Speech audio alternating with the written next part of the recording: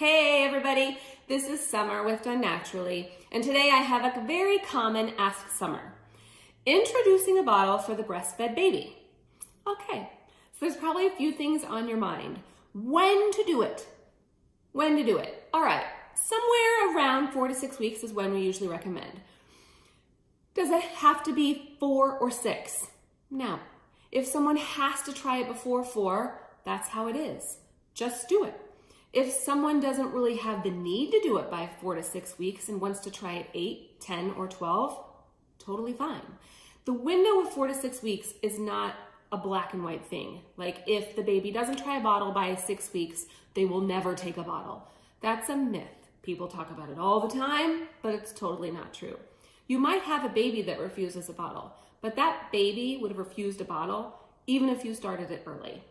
You might have a baby that goes easily between breast and bottle, and that baby would have done that no matter what time you tried.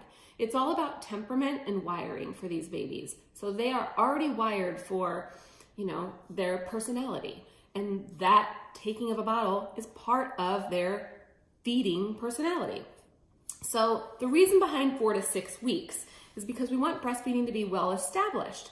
And by about that time, you should feel really good about breastfeeding. And the baby should be very imprinted on your breast to where they're learning that suck and swallow on a breast with soft skin tissue.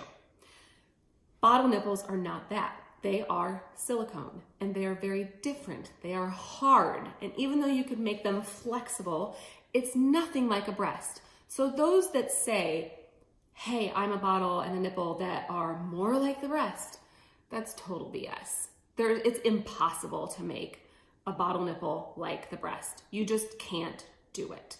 So it doesn't matter what kind of bottle or nipple. There's not the best one or one to stay away from. It's whatever ends up working. So maybe it's one that your friends suggested to you. Maybe it's one that you saw something and wanted to try. Maybe someone gave you an idea about one. Just try it and see how it goes. When you're trying, there's a few tips to keep on mind. So some people say introduce a bottle like when the baby is kind of with their defenses down. So maybe they're sleepier. Some people say try when they're super hungry, maybe in between feedings. Ends up doing kind of whatever works. So try all those things. It could be that you're trying at a different time of day. It could be that you're trying with cold milk. It could be that you're trying with warm milk. It could be that you're trying with room temp milk, freshly expressed milk.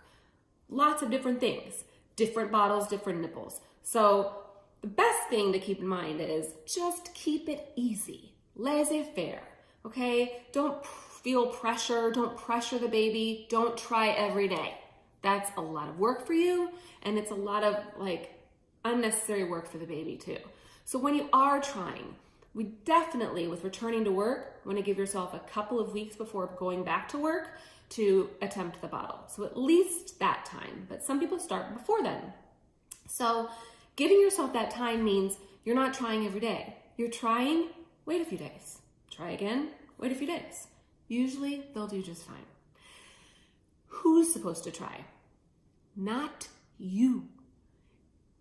It's so hard for the baby to be lying in your arms and not just instinctively turn to the breast and want to start breastfeeding. They're very smart.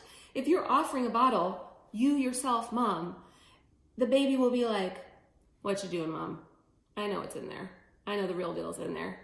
So it really needs to be somebody else. It needs to be your partner, grandma, grandpa, friend, relative, caregiver, anybody but you. And the other tip would be, don't be in the room.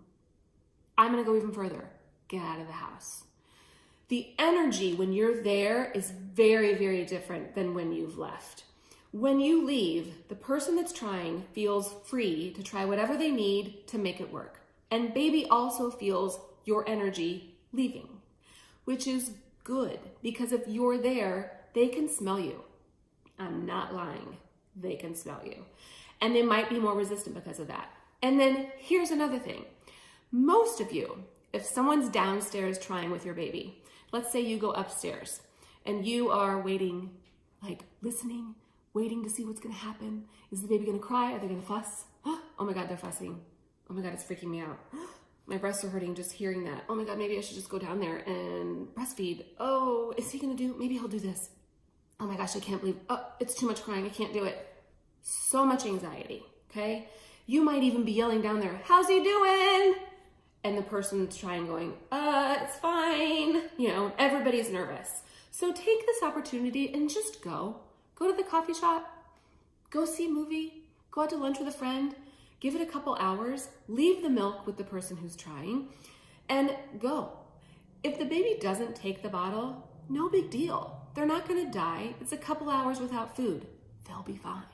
When you come back, you can breastfeed them, and then try again in a few days. Keep it easy, low pressure. Other than that, most babies do just fine. I have another video coming up about reverse cycling when babies who are very stubborn, and they're wired stubborn, never end up taking a bottle. That one's coming. But for right now, this is a great way to think about how to try and introduce a bottle with a breastfed baby. There is also something that's really helpful called paced feeding. And I'm gonna attach a link down here below. And that is where you essentially take gravity out of play. A lot of times when you're feeding a bottle, people will just hold the baby like laying down and the bottle's upside down. And when you hold a bottle upside down, it just like drips out without any help. So the baby is essentially like learning how to passively eat, like not actively eat. We want the baby to remind themselves that they have to work to get milk out, just like they do on the breast. So we want to make bottle feeding not hard, that's the wrong word, but as much work as it is at the breast. That also means bottle nipples would need to be at the newborn or 0 to 3 whole for the entire time they're using a bottle. You don't ever want to graduate up. So even though they're 6 months old, stay at newborn or 0 to 3. If you graduate up, it's just going to make them get more milk faster without work. And it makes bottle feeding really easy and passive. And that can make them come back to the breast and think, why isn't milk just pouring out? It does when I do the bottle. I just want to lay here. And then you have breast refusal and bottle preferencing. So keeping that bottle nipple 0 to 3 or newborn is very important too. I think we worked through it. So when, how, tips, keeping it laissez-faire. That's all. I hope you guys have a good time trying, and just remember, low pressure and get out of the house. Okay, bye everybody.